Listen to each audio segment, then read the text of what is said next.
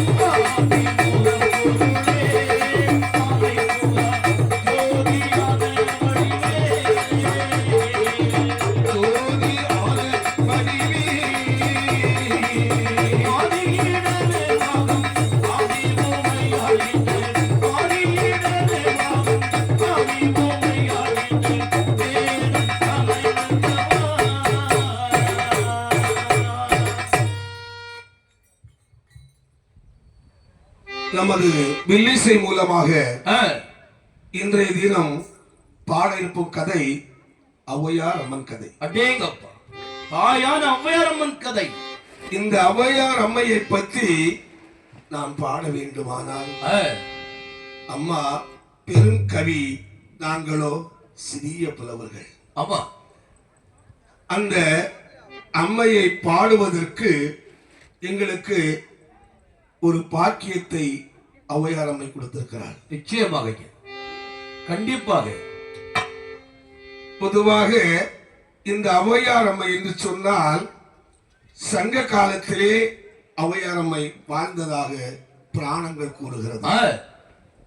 ஏன்னா ஒரு 2000 வருடத்துக்கு முன்பு சென்றால் அம்மாள் 4 ஔவையார் அம்மாக அவதரித்ததாக பாராண்டு சொல்லுகிறது. அப்படி அப்படி. இப்பொழுது அந்த ஔவையார் அம்மை யார், அவர் எங்கிற்காக இந்த குரத்துறை குதிரத்தட்டுக்கு வருகிறார், அப்படி நம்ம பார்க்கணுமே. அந்த கதையை நம்ம தெரிஞ்சுக்கொள்ள வேண்டும். நிச்சயமாக நிச்சயமாக தெரிய வேண்டிய ஒரு சம்பவ கதை. ஔவையார் அம்மையவள் கதைகள் வாடு கதைகள் வாடு கதைவாணி அருள் செய்வாள். ஔவையார் அம்மன் கதை கதைகள் வாடு கதைகள் வாடு கதைவாணி அருள் புரிவாள்.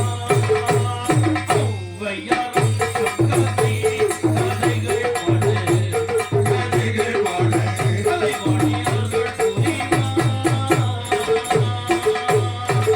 கலைவாணி வருகை தந்தாள் கலைவாணி கலைவாணி கலைவாணி கருத்தை தந்தாள். கலைவாணி அருளை தந்தாள் அருளை தந்தாள் அருளை தந்தாள் அருளை தந்தாள் அம்மணியே. ஔவையார் அம்மன் கதை கதைகள் வாடு கலைவாணி அருள் புரிவாள்.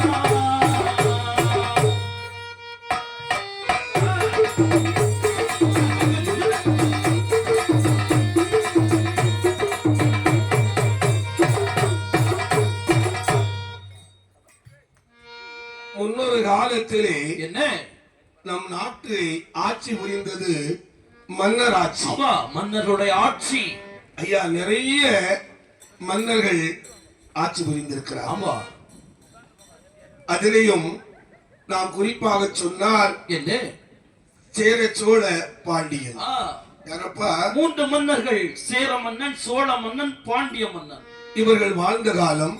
அதற்கு முன்னால் தொண்டைமான் என்று சொல்லக்கூடிய மன்னன் வாழ்ந்த காலம். ஆஹா, இந்த ஔவையார் அம்மை முதலிலே மன்னர்களுடைய அன்பை பெற்றிருக்கிறார். சரி. இரண்டாவது, தம்பி வாங்க வாங்க, இரண்டாவது பகவான் கணபதி பகவானுடைய அருளை பெற்றிருக்கிறார். ஏங்கப்பா. மூணாவது தான் நாம் படிக்கிறோமே ஆத்திச்சூடி. ஆத்திச்சூடி அதன் செய்ய விரும்பு. இது மூன்றாவது. எல்லா இடத்திலையும் அன்பாக இருந்திருக்கிறார். சரிதான், பண்பாக இருந்திருக்கிறார். பாசத்தோடு இருந்திருக்கின்றாள் தாயானவள். பாசத்தோடு இருந்திருக்கிறாள். பார்க்க வேண்டாமா? ஆமா. அந்த நாடு எந்த நாடு? எந்த நாடு? நாட்டிலும் நல்ல நாடு நாவலரே, நாவலரே, ஒரு நாடகம் நாட்டிலே நல்ல நாடு, நல்ல நாடு, நாவலர் புகழும் நாடு. நாட்டிலே நல்ல நாடு, நல்ல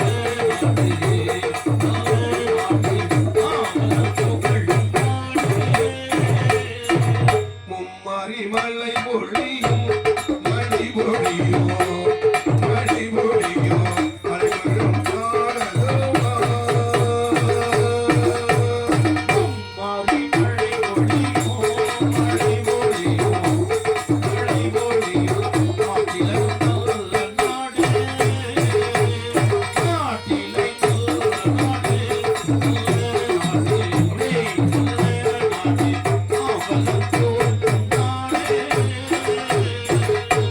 நாட்டிலும் நல்ல நாடு, நாவலர்கள் போற்றுகின்ற நாடு, கோடைமலை ஒளியும் நாடு. எப்படி இப்போதுமே குளிர்ந்த தென்றல் வீசுகின்ற நாடு. எந்த நாடு? எந்த நாடு? அதுதான் என் அப்பன் ஆளுகிறானே, ஆண்டவனாகிய சொர்க்கநாதன் ஆளுகிறானே, மதுரை என்று சொல்லக்கூடிய பகுதி. அடேங்கப்பா. மதுரை. மதுரையிலே பகவான் சொர்க்கநாதன் ஆண்டு கொண்டிருக்கிறார். ஆதி. அம்மாள் மீனாட்சி அம்மை அருள் பாவிக்கிறார். ஆஹா. அங்கு என்ன நடக்கிறது? அங்கு என்ன நடந்து வருகிறது ஐயா? நிச்சயமாக புலவர்கள் வந்தால் ஐயா புரை சொல்ல ஆரம்பிப்பார். புலவர்கள் வந்தால் ஐயா, கவி சொல்ல ஆரம்பிப்பார். புலவர்கள் வந்தால் ஐயா புரை சொல்ல ஆரம்பித்தார். புலவர்கள் வந்தால் ஐயா, குறை சொல்ல ஆரம்பித்தார். சிவனாரை குறையும் சொன்னாரே,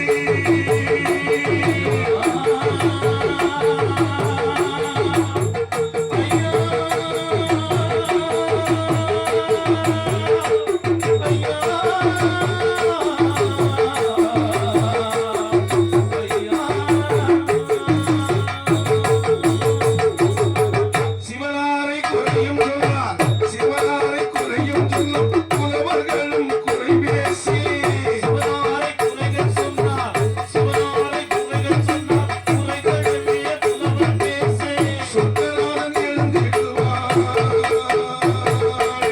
அப்படி சொர்க்கநாதன் எழுந்திடுவார். அருளை நான் செய்திடுவாள். புலவர்கள் வந்தால் ஐயா, சிவனாரை குறைகள் சொன்னார், புலவர்கள் வந்தால் ஐயா, சிவனாரை குறைகள் சொன்னார், சிவனாரை குறைகள் சொன்னார், சிவனாரை குறைகள் சொன்னார், மாபெரும் புலவன் ஐயா.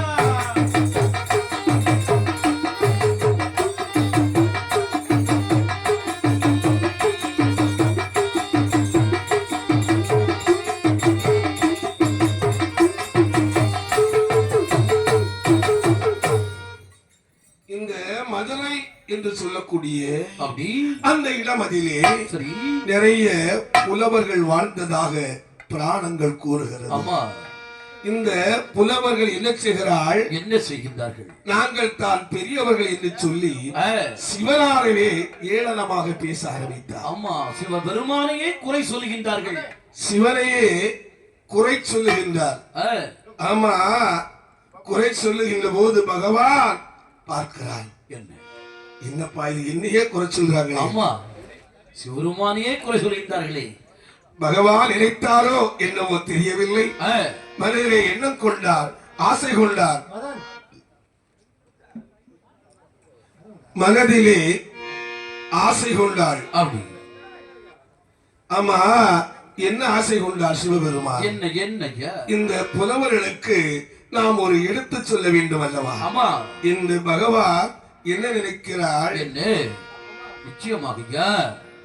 மண்ணுலகம் சோதிப்பது இறைவன் வந்தானே, இறைவன் வந்தானே, குலத்தலைவன் வந்தானே, இறைவன் வந்தானே, குலத்தலைவன் வந்தானே, மண்ணுலகம் சோதிப்பது இறைவன் வந்தானே. மண்ணுலகை சோதிக்கவே இறைவன் வந்தானே, இறைவன் வந்தானே, குலத்தலைவன் வந்தானே, இறைவன் வந்தானே, குலத்தலைவன் வந்தானே.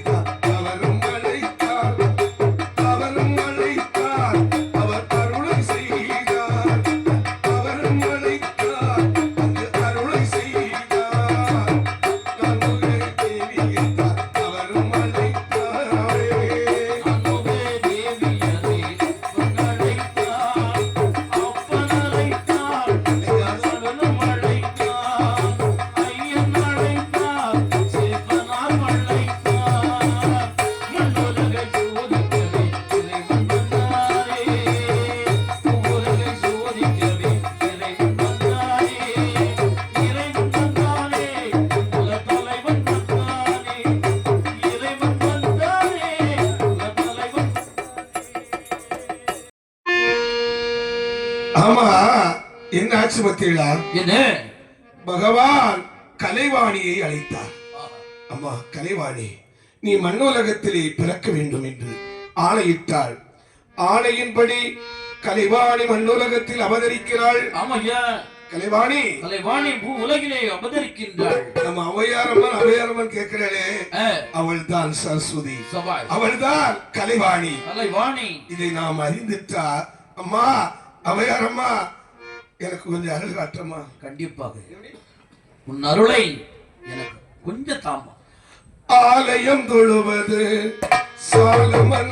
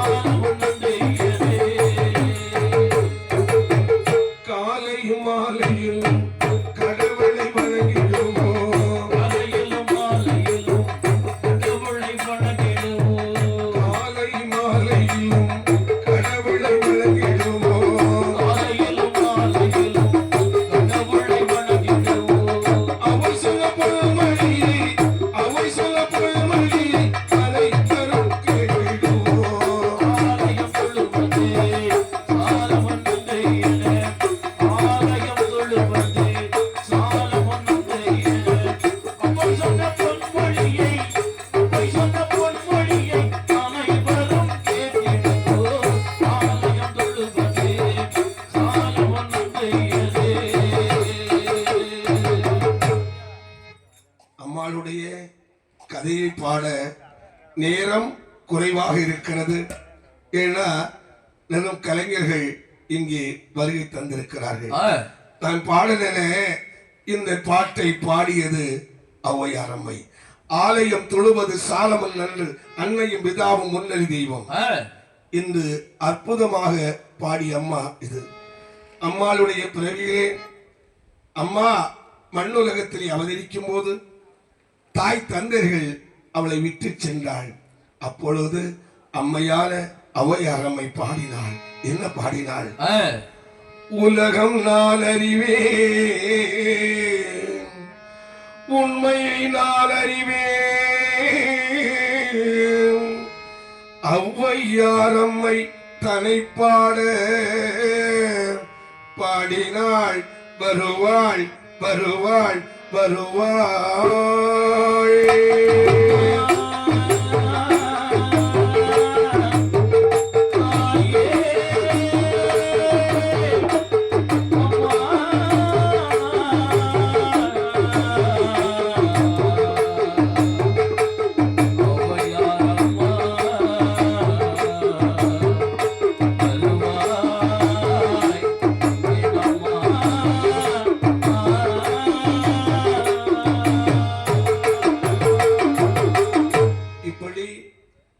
அவர்கள் தாய் தந்தையர்கள் 7 குழந்தையை பெற்றும் 7 குழந்தையும் விட்டு விட்டே சென்றார்கள். தானாகவே வளர்ந்தாள் ஔவையாரம்மை. கவி பாடினாள். மன்னர்களை எல்லாம் அவர்களை வணங்க ஆரம்பித்தார்கள். இப்படி நடந்து கொண்டிருக்க அம்மா பல இடங்களிலே சென்று கவி பாடினாள். அங்கிருந்து புறப்பட்டு அம்மா வருகின்றாள். எங்கு வருகின்றாள்? குரத்தரை வந்திடுவார், குரத்தத்தை கண்டிடுவாள். குரத்தரை வந்திடுவார், குரத்தத்தை கண்டிடுவார். குரத்தரை வந்திடுவார், குரத்தத்தை கண்டிடுவார். குரத்தரை வந்திடுவார், குரத்தத்தை கண்டிடுவார். கண்ணாரை மன்னர்களே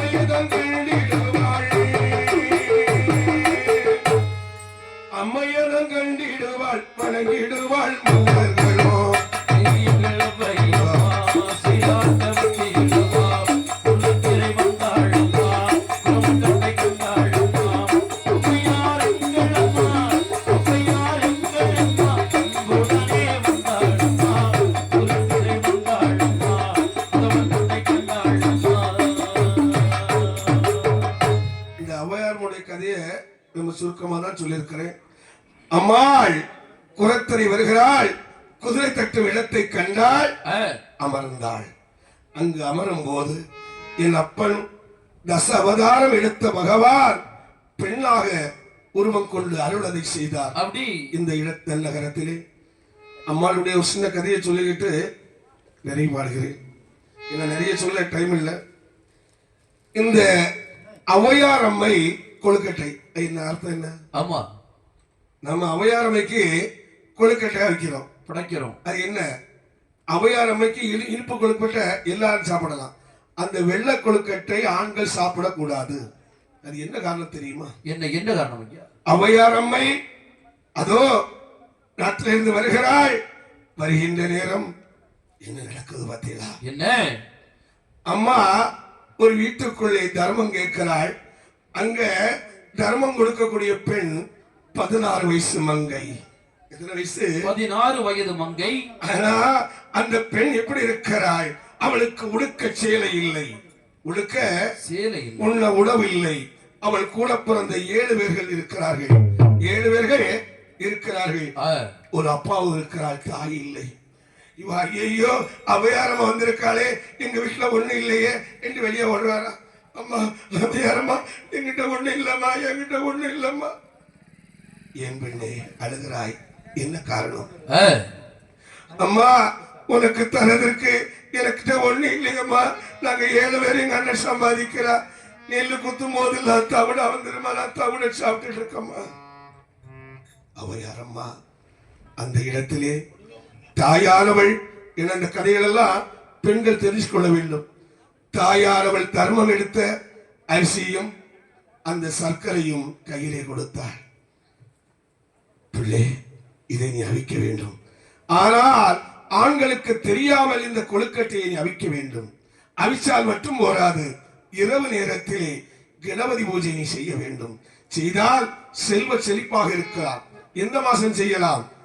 தை மாசம், மாசி மாசம், ஆடி மாசம். மற்ற நாள்ல இது செய்யக்கூடாது. ஆனால் இந்த கொழுக்கட்டையை மற்றவர்கள் பார்க்க கூடாது. ஆகட்டுமா, ஆகட்டும். அன்றைய தினம் பிறந்தது, ஆடி மாசம் வருகிறது. என்ன ஆச்சு பத்தியலா? இரவு நேரம் வந்தது, செவ்வாய்க்கிழமை இரவு. இந்த அம்மா கொழுக்கட்டை வைக்கணும், ஆனால் நெருப்பு இல்லையே. என்ன இல்ல? நெருப்பு இல்லையே. இந்த அண்ணமாரெல்லாம் உறங்குறா.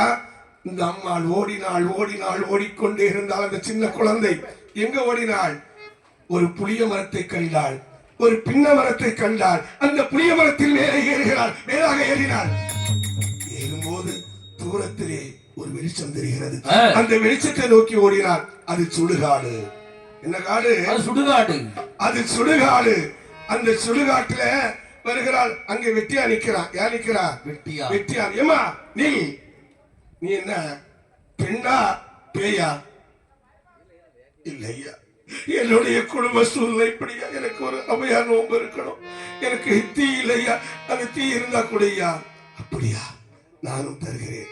இந்த சுடுகாட்டினுடைய கொல்லிக்கட்டையை தூக்கி அந்த பெண்ணினுடைய கையிலே கொடுத்தார். அதோ அந்த பெண்ணால் அவள் வாங்கி கொண்டு வருகிறாள். வருகின்ற போது வீட்டிலே இந்த மாதிரி விளக்கெல்லாம் கிடையாது, சிம்மணி விளக்கு. அந்த விளக்கு அணைந்தது. இரவு நேரம் பூஜை ஆரம்பித்தாள். ஒன்று எப்படி ஆரம்பித்தால் தெரியுமா? ஒன்று சுடுகாட்டின் பிணத்தை போல கொழுக்கட்டை, இன்னொன்னு அந்த வெட்டியான் போல கொழுக்கட்டை. அந்த கொழுக்கட்டையை தின்று அவிச்சு இரவு நேரம் ஆண்களுக்கு தெரியாமல் அவள் சாப்பிட்டாள். சாப்பிட்ட உடனே என்ன ஆச்சு தெரியுமா? செல்வங்கள் பொங்கியது, செல்வங்கள் வந்தது. அம்மா ஔவையார் அம்மனுடைய அருள் ஓங்கியது. பெரிய செல்வந்தராக வந்து விட்டார். 7 அண்ணமார்களுக்கு அந்த தங்கை கல்யாணம் பண்ணி வைத்தார். அண்ணமார் தங்கைக்கு கல்யாணம் பண்ணி வச்சு இந்த ரகசியத்தை மைனி சொத்து போல பார்த்தீங்களா, மைனி கடைபிடிக்கவில்லை. மறுபடியும் அந்த குடும்பம் தாளாக போகிறது. திரும்ப மறுபடியும் அந்த பெண் வந்து கொழுக்கட்டை அவிச்சு ஔவையார் அம்மையை வணங்கினால் அந்த அருள் பெரும் அருளாக கிடைத்தது. இந்த கதையை எல்லா பெண்களுமே தெரிய வேண்டும் என்று தாழ்மையோடு கேட்டுக்கொண்டு எங்கள் வில்லிசை நிறைவு பாட்டு விடுகிறேன். ஏறுமையில் ஏறி விளையாடி